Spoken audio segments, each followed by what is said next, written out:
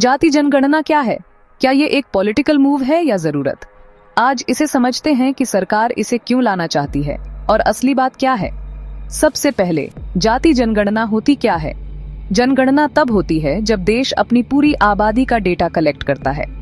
जाति जनगणना में हर व्यक्ति की जाति भी रिकॉर्ड की जाती है। सिंपल लगता है ना?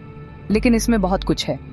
तो सरकार ऐसा क्यों करना चाहती है? इसके कई कारण हैं। एक बड़ा कारण है पॉलिसी बनाना। वो जानना चाहते हैं कि कौन सी जातियां अभी भी सामाजिक और आर्थिक रूप से पिछड़ी हैं, ताकि वो उनके लिए स्पेशल योजनाएं बना सकें।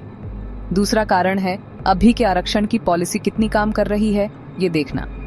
क्या फायदा उन लोगों तक पहुंच रहा है जिनके लिए ये बना है? क्या ये काम कर रहा है? ये डेटा इन सवालों के जवाब देने में मदद कर सकता है। फिर आता है प्रतिनिधित्व की समीक्षा।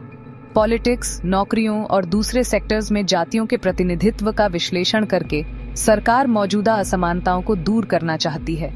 और अंत में सही डेटा होना बहुत जरूरी है। अभी तक हमारे पास जाति की जनसंख्या का ज्यादातर डेटा अनुमान पर आधारित था।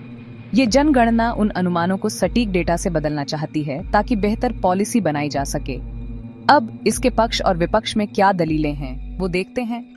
समर्थक कहते हैं कि इससे कमजोर जातियों के लिए बेहतर योजनाएं बनेंगी, सामाजिक न्याय को बढ़ावा मिलेगा और सही डेटा पर आधारित नीतियों और बजट के जरिए संसाधनों का बेहतर आवंटन होगा। लेकिन इसके विरोध में भी दलीलें हैं। आलोचक कहते हैं कि इससे जातिवाद बढ़ सकता है, राजनीतिक ध्रुवीकरण हो सकता है और सामाजिक एकता को नुकसान पहुंच सकता है। इसका पॉलिटिकल कॉन्टेक्स्ट भी काफी दिलचस्प है। ये फैसला 2024 के लोकसभा चुनावों के बाद आया है, जहां सत्ताधारी सरकार उम्मीद के मुताबिक प्रदर्शन नहीं कर पाई।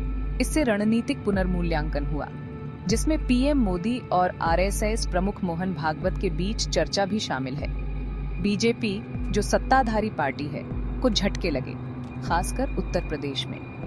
जाति जनगणना को हिंदू वोटों को मजबूत करने और ओबीसी दलित मुस्लिम गठबंधन के संभावित पुनरुत्थान का मुकाबला करने के प्रयास के रूप में देखा जा रहा है।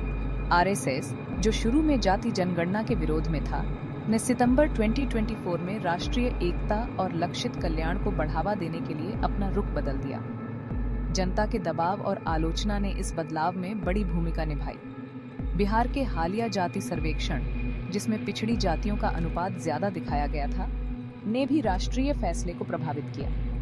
इस सर्वेक्षण ने बिहार के राजनीतिक परिदृश्य को प्रभावित किया है, संभवतः विपक्षी नेताओं के प्रभाव को कम किया है और विपक्षी दलों और सत्ताधारी गठबंधन के सहयोगियों दोनों की ओर से जाति जनगणना कराने का दबाव रहा है। ऐतिहासिक रूप से आखिरी बार पूरी जाति का डेटा 1931 में ब्रिटिश शासन के दौरान इकट्ठा किया गया था। 2011 की जनगणना में जाति का डेटा शामिल था, लेकिन सटीकता की चिंताओं के कारण इसे कभी जारी नहीं किया गया। अगली जनगणना, जो कोविड-19 के कारण 2021 से देरी से हो रही है, अब जाति का विवरण शामिल करेगी। जनगणना के आंकड़ों से सरकारी नौकरियों, शिक्षण संस्थानों और निर्वाचित पदों पर, खासकर ओबीसी के लिए, ज्यादा कोटा की मांग हो सकती है। वर्तमान में कोटा 50% पर सीमित है, जिसमें 27% ओबीसी के लिए आरक्षित है। तो क्या जाति जनगणना एक पॉलिटिकल मूव है या जरूरत?